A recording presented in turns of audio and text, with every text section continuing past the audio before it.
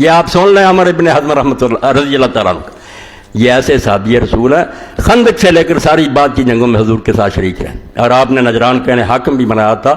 جب اس معاویہ نے وفد منگوانے شروع کی، یہ حاشیہ بھی مولانا ارشاد اللہ کثری صاحب کا ہے کہ ثقہ ہے راوی اس کے، اور ہر جگہ آپ نکال کر دیکھیں کہ عمر بن حزم کے تذکرے میں لکھا ہے علماء نے کہ اس نے معاویہ کے سامنے حق کہنے میں کوئی دریغ نہیں کیا، مگر پوچھا نہیں کیا، پیسے تقسیم ہوئے۔ پھر سن لیں، لما اراد معاویہ ان یستخلف یزید باعث الی عامر المدینہ ان اوفض الی من شاء، یہ اسلامی حکومت کی بوٹیاں تقسیم ہو رہی ہیں اور اب تک ہو رہی، نیک لوگوں کی زبانیں بند، ان کے لیے جیلیں اور پھانسیاں، اور بدماشوں کے لیے کھلی چھٹی۔ تو گورنر مدینہ کو لکھا کہ وفد بھیجو جس کو چاہو، قال فوفد الی عمر بن حزم الانصاری، بھئی جو بول سکتے تھے بیچارے بولے، کسی نے پرواہ ہی نہیں کی۔ عمر بن حزم انصاری کو بھیجا فاستاذن، پہلے تو اس کے ساتھ جو سلوک کیا، پہلے خود ہی کہا کہ وفد بھیجو، یہ ہے خلافت اور ملوکیت میں فرق کہ عمر رضی اللہ تعالیٰ کے دروازے کھلے، ہر شخص آ رہا، کوئی وہاں کھڑا نہیں، دربان کھڑے، اجازت مانگی صحابی رسول نے، فجاء حاجب معاویہ استاذن فقال هذا عمر قد جاء یستاذن،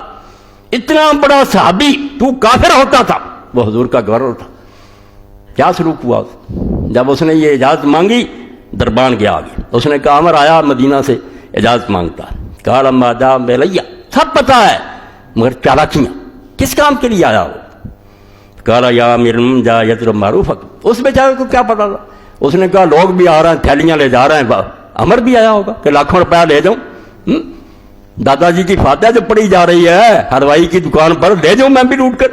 اس نے کہا امیر المومن وہ آپ سے کچھ مدد لینے کے لیے،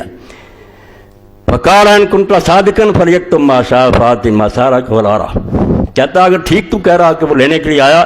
تو جو وہ لینا چاہتا لکھ دے اور اس کو دے دے جو وہ مانگتا، اور میں اس کو نہیں دیکھنا چاہتا۔ توبہ توبہ توبہ، خود منگوایا، گورنر مدینہ نے بھیجا، پہلے باہر کھڑا رہا غریب، اور پھر کہا دے دے اگر کچھ مانگتا وہ لکھ دے، تو دے دے اس کو، اور میں نہیں اس کا چہرہ دیکھنا چاہیے، تاکہ ذلیل کرو، صحابہ کو ذلیل کیا، ان کو پتہ چلے کہ وہ دور بدل گیا جب تمہاری عزت ہوتی تھی۔ اور آپ یقین جانیں رسول اللہ جب مسجد میں آئے تھے، بخاری یہ صحابہ انصار رو رہے تھے بیماری میں، تو حضور نے اس وقت فرمایا کہ تم کیوں روتے ہو، وقت آئے گا کہ اثرت نہ لے، تمہارا حق مار لیا جائے گا انصار کا، تم کو بالکل یہ حکمران نظر انداز کر دیں گے، ظلم ہوگا۔ لوگوں نے پوچھا کیا کریں گے؟ فرمایا تم حوض کوثر تک پہنچنے کا صبر کرنا۔ تو ایسا ہی ہوا کہ صحابی رسول کھڑا ہے، کہا وہ لکھ دے جو لینا چاہتا دے دو، میں نہیں دیکھنا چاہتا۔ قال فخرج الحاجب قال ما حاجتک اکتب ما شئت، اس نے دربان میں جا کر کہا کہ جو آپ چاہتے ہیں لکھ دیں، بس میں پہنچا دیتا ہوں۔ قال سبحان اللہ، اس نے کہا اللہ رحم فرمایا، جی میرا باب امیر المومنین بانو، میں مدینہ سے چل کر آیا اور مجھے وہ ملنا بھی نہیں چاہتا، اور دروازے پر مجھے روک لیا۔ احب ان القاہ فاکلمہ، میں چاہتا ہوں کہ اس سے ملوں اور اس سے کچھ باتیں کروں، کام نہیں مجھے۔ فقال معاویہ للحاجب ادعو یوم قضاء وقضاء صلی اللہ علیہ وسلم، یہ اس دن بھی نہیں ملنے دیا۔ یہ سمجھ لیں خلافت اور ملوکیت کا فرق، یہ تخت نہیں ہوتا امیر المومنین مسجد میں لوگ اس کا گریبان پکڑ لیتے ہیں کہ بتاؤ کیوں، بادشاہ محلوں میں بیٹھے، کہا اس سے وعدہ کر دو کہ فلاں فلاں دن جب میں نماز فجر پڑھوں گا تو آج۔ فلما صلی معاویہ الغداۃ امر بسرین فجعل فی ایوان اللہ، نماز فجر ایک دن پڑھی، اپنے محل میں حکم دیا کہ تخت بچھا دیا جائے، ثم اخرج الناس، پھر لوگوں کو نکال دیا گیا۔ فلم کو عند وحد اللہ، کرسی،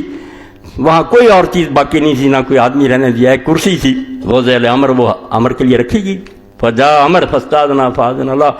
حضرت عمر آئے، اجازت مانگی، اجازت دے دی، فسلم علیہ السلام کیا، ثم جلس علی الکرسی، کرسی پر بیٹھ گئے۔ فقال له معاویہ حاجتک، کام ہی یہ چل رہا تھا کہ بیعت کی نا، باتیں کرو، کوئی لینا ہے تو لے لو، پیسہ لو۔ کہا کیا چاہتے ہو؟ قال فحمد اللہ وثنى علیہ، اس نے اللہ کی تعریف کی اور ثنا کی، یہ جنازہ ہے اسلام کا جس پر میں رو رہا ہوں۔ بس اس وقت سے ہم نمازیں پڑھ رہے ہیں، نمازیں آپ فکر نہ کریں، سکھ بھی آ جائیں گے نا،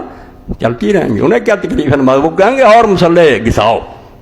بس حکومت ہمیں کرنے، خطرہ دینے ظالموں کو یہ ہے۔ ثم قال الامری لقد اصبح یزید بن معاویہ واسط الحسب فی قریش غنی عن المال غنی عن کل خیر، اس نے کہا معاویہ سن حمد و ثنا کے بعد